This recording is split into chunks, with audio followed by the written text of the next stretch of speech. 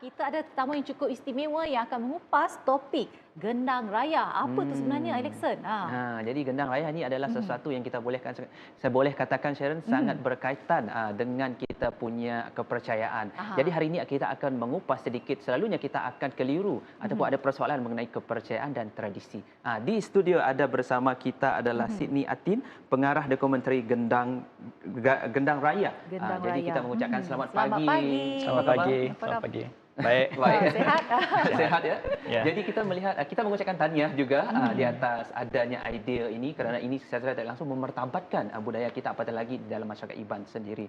Jadi kita melihat cabaran generasi muda adalah untuk mengekalkan tradisi itu, dan kita melihat ada perubahan apabila ada isu kepercayaan, contohnya agama, dan kita contohnya saya sendiri Kristian, Sharon juga Kristian. Jadi sedikit sebanyak ada kita katakan ada persoalan yang timbul. Jadi bagaimanakah idea dokumentari Gendang Raya ini boleh dikeluarkan oleh Sydney? Baik, dokumentari Gendang Raya ini, idea dia, saya sudah mempunyai persoalan mengenai Gendang Raya ini sejak dari zaman saya di college dulu. Sebab saya membesar dengan Gendang Raya. Jadi saya dah biasa tengok Gendang Raya. Bagi saya anggap benda tu biasa. Biasa macam tengok nasi setiap hari. Tetapi apabila saya sampai di college, saya sedari rakan-rakan Iban yang lain, dari bahagian lain, saya tanya mereka mengenai Gendang Raya. Mereka tidak tahu pun Gendang Raya itu wujud di kawasan mereka, sebab mereka tidak melaksanakannya lagi di rumah panjang mereka. Betul. Jadi itu sentiasa menjadi persoalan, dan pada masa itu saya belum lagi buat video. Saya masih training jadi cikgu masa itu. Tetapi apabila Finas mengeluarkan dana mikro ini, jadi timbul lagi persoalan itu. Inilah peluang saya untuk kongsikan cerita mengenai Gendang Raya. Sebab apabila quick Google search masa itu, masih belum ada dokumentari ataupun penjelasan mengenai Gendang Raya. Jadi inilah peluang ya. Mungkin sedikit sebanyak penonton kita di Sejahtera Asia ingin tahu apakah itu Gendang Raya. Kalau tidak silap saya, beberapa pukulan kan ada nama yang berbeza. Mungkin boleh kongsikan kepada kita yang mungkin ingin tahu lebih lanjut lagi mengenai Gendang Raya ni. Baik, Gendang Raya yang menyebabkannya unik kepada masyarakat Iban adalah dua perkara. Yang pertama adalah rentak muzik itu sendiri. Ia menggunakan alat muzik gong. Gong memang pelbagai budaya di seluruh dunia kita ada nampak gong. Di China ada gong, masyarakat Melayu ada gong, semua ada gong. Tetapi yang menyebabkan dia berbeza adalah cara kita menggunakan gong tersebut untuk memainkan rentak yang spesifik.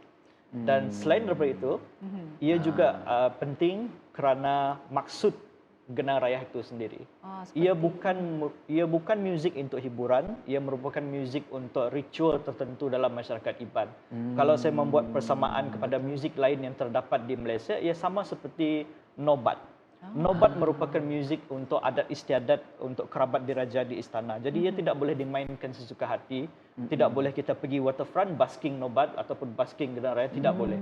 So dia ada maksud tertentu dia, bukan untuk hiburan. Jadi seperti yang tertera di kaca TV ini adalah Gendang Raya, dan seperti dikongsikan oleh Sydney tadi bahawa ia lebih kepada ritual masyarakat Iban. Mungkin boleh kongsikan antara petua ataupun pantang larang semasa hendak memainkan Gendang Raya tersebut.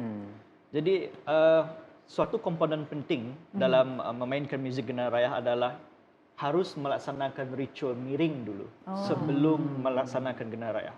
Kalau tidak, pelbagai bala yang boleh berlaku. Itu antara petua dia lah. Antara petuanya harus melaksanakan ritual miring dulu. Jadi mungkin boleh kongsikan, adakah Gendang Raya ni boleh dimainkan oleh semua orang ataupun hanya orang-orang tertentu sahaja yang mungkin dilatih dan perlu melalui ritual-ritual tertentu untuk melayakkan beliau memainkan Gendang Raya ini? Soalan yang baik. Sesiapa saja boleh main Gendang Raya asalkan mereka tahu rentaknya dan sudah berlatih rentaknya. Yang penting di sini harus dilaksanakan ritual miring itu sebelum Gendang Raya itu, dan tidak semestinya pemain tersebut yang melaksanakan ritual miring, asalkan ritual miring tersebut sudah dilaksanakan di kawasan yang sama sebelum main Gendang Raya. Itu adalah yang wajib lah. Dengan yang ini saya juga terfikir juga, Sharon, di mana kita melihat bahawa faktor kepercayaan agama contohnya sangat mempengaruhi. Even saya sendiri pun dalam mempertabatkan bangsa saya sendiri sangat meneliti, dan apabila pergi ke satu pembaharuan itu agak mencabar. Jadi kurang diterima sebenarnya jika ada perubahan sedikit, apatah lagi nak dokumentarikan dia. Jadi apakah lagi cabaran-cabaran yang anda hadapi ketika dokumentarikan Gendang Raya ni pada masa itu?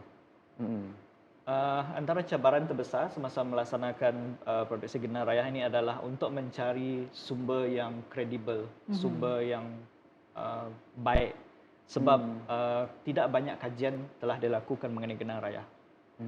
So, saya sudah membuat panggilan pertanyaan kepada beberapa perbadanan kebudayaan Iban dan mereka juga kurang pasti dan tidak yakin untuk menjawab beberapa persoalan itu. Tapi saya tak salahkan mereka sebab benda ini memang sangat jarang dilaksanakan dan ya susah nak cari sumber yang boleh dipercayai. Sumber yang sahih lah. Betul. Seperti yang kita sedia maklum bahawa sekarang ni masyarakat Iban juga terdiri daripada pelbagai agama seperti Kristian, seperti Islam dan sebagainya. Dan saya kira juga Gendang Raya ini juga mungkin kurang didengari kerana ianya lebih kepada ritual. Bagaimana sambutan masyarakat Iban setakat ini kepada dokumentari ini?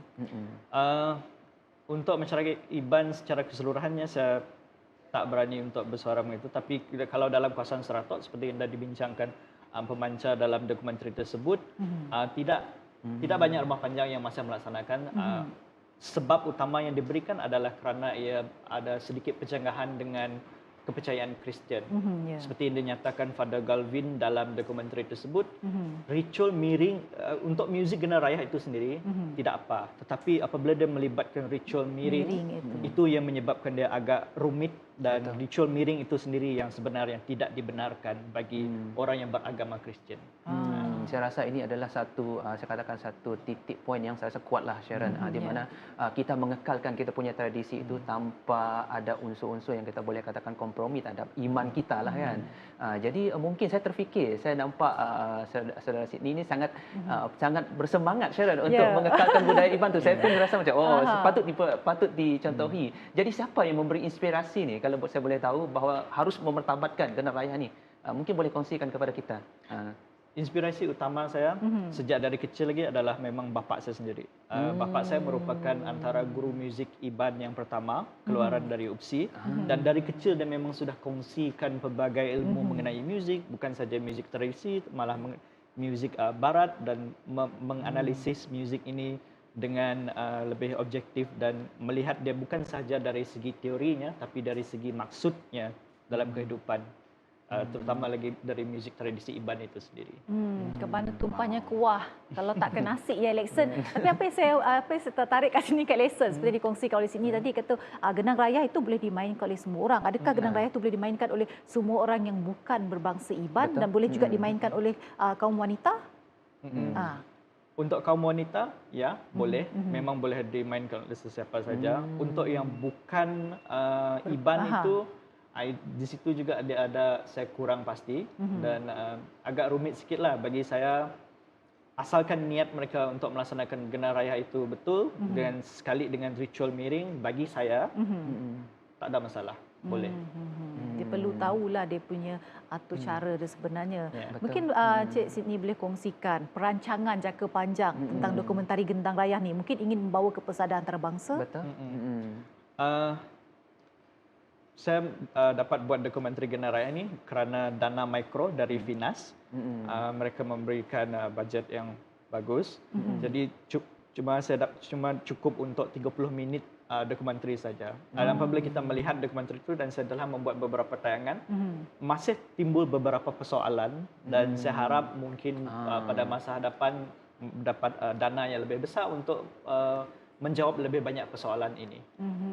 Dan jika kita melihat di kaca TV juga mungkin saudara Sydney boleh kongsikan kepada kita apa yang dilakukan di kaca TV ini.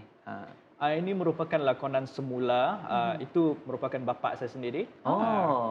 Dia mengajar bekas murid saya dulu bagaimana cara bermain Gendang Raya dengan betul dan beat yang betul pada gong yang betul. Jadi saya kira setiap gong dia akan mengeluarkan bunyi yang berbeza. Betul. Itu Jadi menarik, kita melihat juga ada satu instrumen yang dipakai gong dan ada juga yang kecil kan. Kalau dalam bahasa kita sebut tawak, yang kecil tu nama dia bebendai. Jadi mungkin ada perbezaan antara kedua ini ya. Ya, perbezaan yang paling jelas of course tone dia. Yang kedua adalah peranan di dalam tu. Sebab setiap gong minimum adalah 4 gong. 2 gong tawak yang besar, lepas tu 2 gong kecil yang dinamakan bebendai. So 2 bebendai, 2 gong. Mereka tidak memainkan irama yang sama kecuali gong besar, tetapi mereka dimainkan tidak secara serentak, ada tertinggal satu bar yang menyebabkan dia ada soal jawab bunyinya. So setiap satu mempunyai maksudnya tersendiri lah. Ya, Sangat-sangat rentak unik. sendiri, irama sendiri. Sangat unik. Keliru. Jadi adakah perancangan untuk supaya dia tidak terhenti dekat saudara Sydney saja? Adakah perancangan di masa depan untuk menurunkan mengajar masyarakat Iban yang lain ataupun bukan masyarakat saya pun agak berminat juga dengan tradisi ini. Adakah perancangan di masa depan untuk perkara ini? Buat masa ni saya berbincang mengenai perkara ini kepada responden dalam dokumentari tersebut. Dia agak suka sebab yang pertama tadi kita harus laksanakan ritual miring itu. Jadi kalau orang yang ingin belajar genang raya tu, mereka harus melaksanakan ritual miring tersebut. Jadi betul. adakah Ya, mungkin orang yang mau bertentangan belajar tu sedikit mau? dengan orang Ya, yang ada betul. pegangan Setuju. agama. Jadi sebelum kita melaburkan tirai Cik Sydney, mungkin ada sedikit pesanan kepada peminat-peminat anda yang ingin menonton dokumentari Gendang Rayah ini. Baik, dokumentari Gendang Rayah ini sekarang ada di vidsi.com dan juga di YouTube Ensera Kreatif.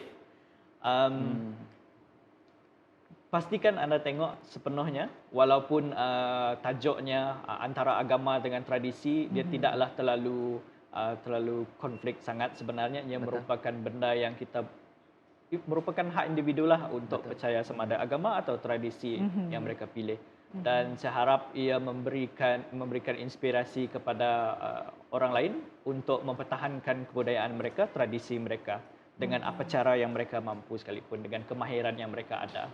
Betul. Sekali lagi kita ucapkan terima kasih kepada Encik Sydney Ating di atas perkongsian beliau tentang Gendang Raya, dokumentari agama dan tradisi. Sebenarnya banyak yang kita pelajari ya. Hari ini lesson sebab kita pun tak tahu bahawa untuk kita mainkan gendang ini dia mempunyai petua dan patang larang. Tak boleh suka-suka hati sahaja untuk kita memainkan gendang tersebut.